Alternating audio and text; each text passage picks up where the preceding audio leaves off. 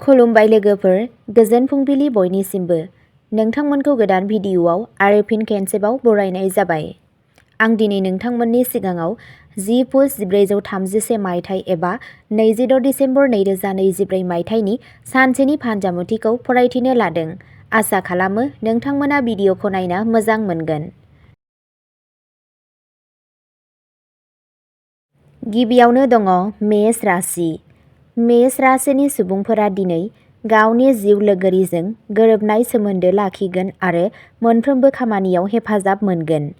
नोंथाङा न' लुनाय एबा साजायनायावबो गोसो होगोन आरो बेयाव माखासे रांबो बाहायगोन। बिमाया गासैबो आयदायाव मदद मोनगासिनो दं, नाथाय जुदि बियो नोंखौ दिनै माबाफोर खामानि मावनो थिनो अब्ला थारैनो बेखौ खालाम, नङाब्ला बियो नोंनि सायाव रागा जोंनो हागौ। नोंथाङा नखरनि उन्दै गथ'फोरजों पिकनिक जानो सानथांखि लानो हायो। नोंथाङा मोनाबिलिखौ बबेबा धोरोमारि थावनियाव हगारगोन। नोंथांनि दिनैनि खाफालगोनां दिगा जादों सोनाब, खाफालगोनां अनजिमाया जादों 6 आरो खाफालगोनां गाबा जादों गोजा गाब। वृषभ राशि। वृषभ राशिनि सुबुंफोरा दिनै जिउ राहायारि जिउआव आबुं गोब्राब नाजानायजों दावगालांगोन। फरायसाफोरा गावसोरनि थांखिखौ मोनफुंनो थाखाय गोब्राब नाजानांगोन, अब्लासो बिसोरो जाफुंसार जानो हागोन। न'आव सासे खाथि सोमोन्दोनि सुबुं फैनो हागौ, जायनि जाहोनाव नखरनि सोद्रोमाफोरखौ खुसि नुनो मोनगोन। खामानि मावग्रा फालांगियारिफोरा दिनै खामानि मावथायाव मोजाङै दिन्थिफुंगोन आरो बिबानगिरिफोरनिफ्रायबो बाख्नायनाय मोनगोन। बिदा-फंबायफोरा मदद मोनगोन आरो गोबां आबुं जायै खामानिफोरखौ फोजोबनायाव गोसो होनाय जागोन। जुदि नोंथाङा बेलासियाव गावनि नसुंसेनि मानसिफोरजों बाथ्रा दान्थेलायनाय जायो, अब्ला दिनै नोंथाङा सिरि थानाया साबसिन जागोन। नोंथांनि दिनैनि खाफालगोनां दिगा जादों खोला-सोनाब, खाफालगोनां अनजिमाया जादों 7 आरो खाफालगोनां गाबा जादों खमला गाब। मिथुन राशि। मिथुन राशिया दिनै बांद्राय खामानिनि थाखाय मेंनाय आरो नारसिननाय मोननो हागौ।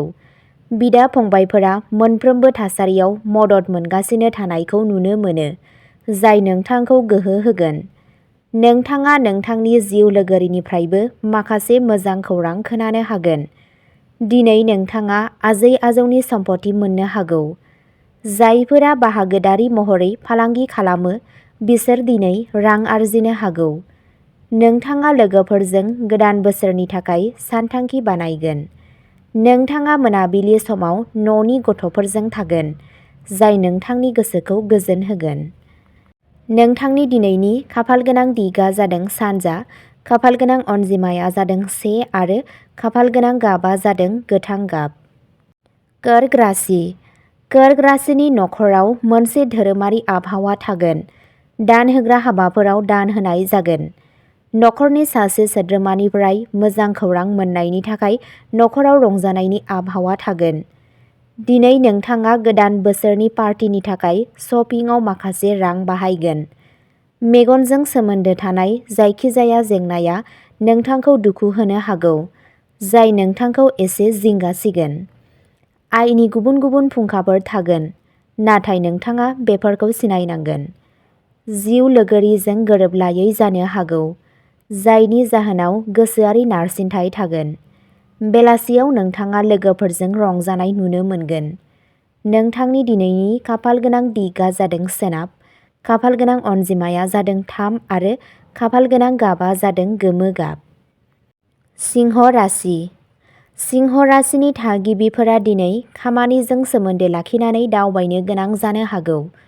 जुदि दिनै साख्रि मावग्रा सुबुंफोरनो माबाफोर खामानि होनाय जायो, अब्ला बेखौ आबुं गोसो होनांगोन, नङाब्ला बिसोरो बैसोगोराफोरनि रागाजों मोगा-मोगि जानांनो हागौ, जाय बिसोरनि दावगानायखौ होबथानो हागौ। दिनै नोंथाङा गावनि जिउ लोगोरिनि हेफाजाबजों जायखिजाया खामानि मावो, नोंथाङा थारैनो बेयाव जाफुंसार जानो हागोन। आथिखालाव नखरारि फालांगि खालामग्राफोरनि थाखाय राङारि मुलाम्फानि खाबु दं। नोंथाङा बेलासियाव सासे गोजाम लोगोखौ लोगो मोननानै गोजोनगोन।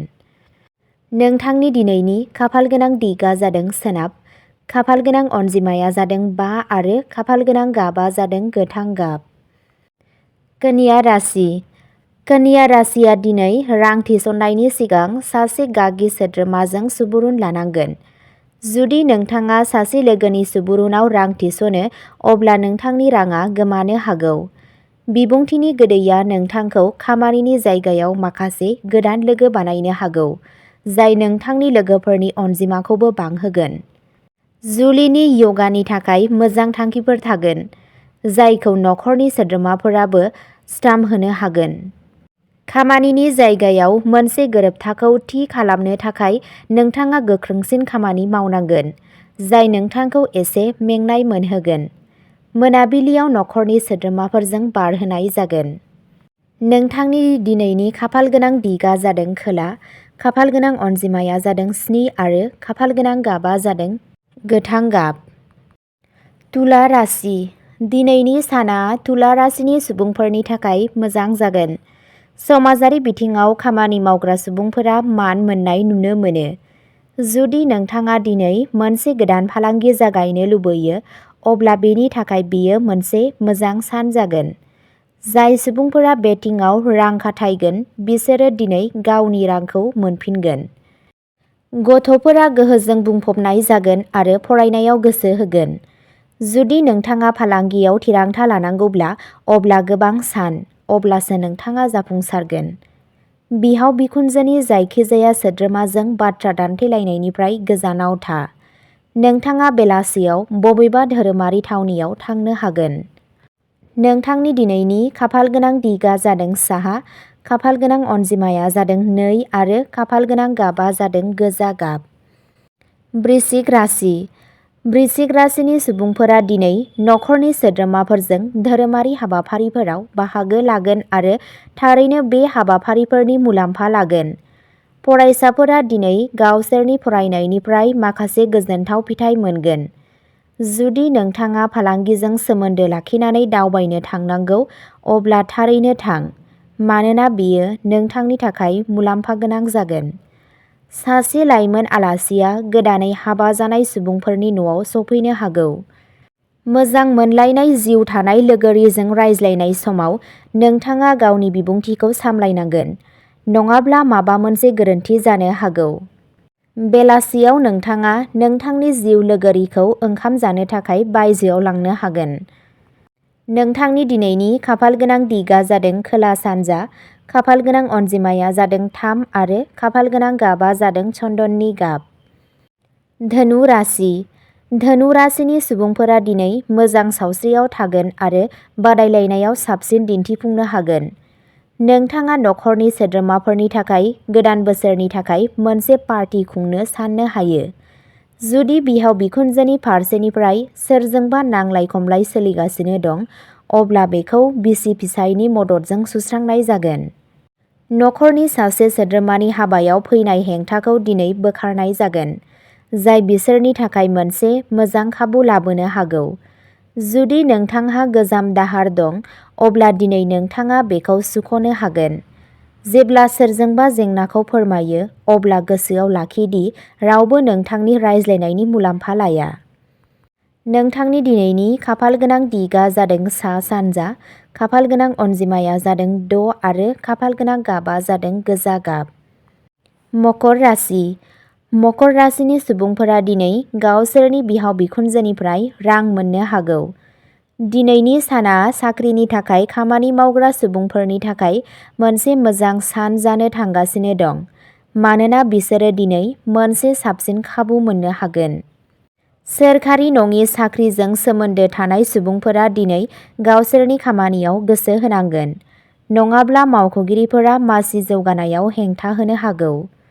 जुदि नोंथाङा बिजिरसालिजों सोमोन्दो गोनां केसनि गेजेरजों थांगासिनो दं, अब्ला दिनै नोंथाङा बै केसआव देरहानो हागोन।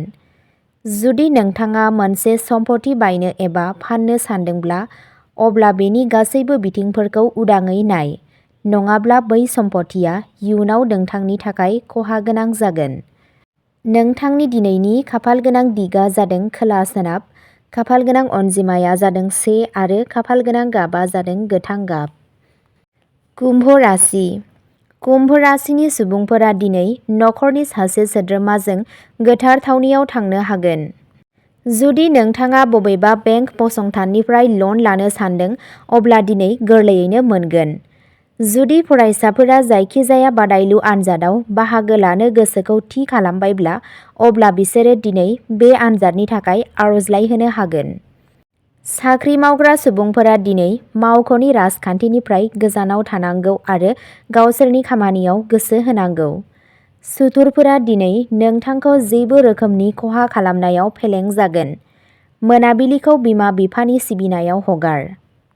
नोंथांनि दिनैनि खाफालगोनां दिगआ जादों साहा, खाफालगोनां अनजिमाया जादों 3 आरो खाफालगोनां गाबआ जादों गोमो गाब। मीन राशि। मीन राशिखौ दिनै नखरनि उन्दै गथ'फोरनि हाबिलाफोरखौ आबुं खालामनाय नुनो मोनगोन। दिनैनि साना फरायसाफोरनि थाखाय साबसिन फिथाइ लाबोगोन। बिसोरो गावसोरनि थांखिफोरनि बादै गोसो गुदुं जागोन। नोंथाङा फालांगिनि थाखाय माखासे गोनां थिरांथाफोर लानो हागौ, जायनि सायाव नोंथाङा फालांगियारि बाहागोगिरिजों सावरायनांगोन। नखरनि सासे सोद्रोमानि सावस्रिया हरखाबै गाज्रि जानायनि जाहोनाव नारसिनथाय जानो हागौ आरो नोंथाङा खारलांनोबो गोनां जानो हागौ। खामानि मावग्रा फालांगियारिफोरा लोगोफोरजों गोदान बोसोरनि थाखाय बिथांखि लागोन आरो मावख'गिरिफोरनोबो खोन्थागोन। बेलासियाव नोंथाङा नखरनि थाखाय माखासे अनथोबफोर बायनो हायो। नोंथांनि दिनैनि खाफालगोनां दिगआ जादों सोनाब, खाफालगोनां अनजिमाया जादों 9 आरो खाफालगोनां गाबआ जादों खमला गाब। अब्ला दिनैनि राशि फरायथिनाया एसेनोसै। नोंथांमोनहा बेबादिनो सानफ्रोमबोनि फानजामुथिखौ मिथिनो थाखाय चेनेलखौ साबस्क्राइब खालामनानै लादो आरो भिडिअखौ मोजां मोनदोंब्ला अन्नानै लाइक, शेयार आरो कमेन्टबो खालामनानै होलांब्लानो जाबाय। गोजोन्थों।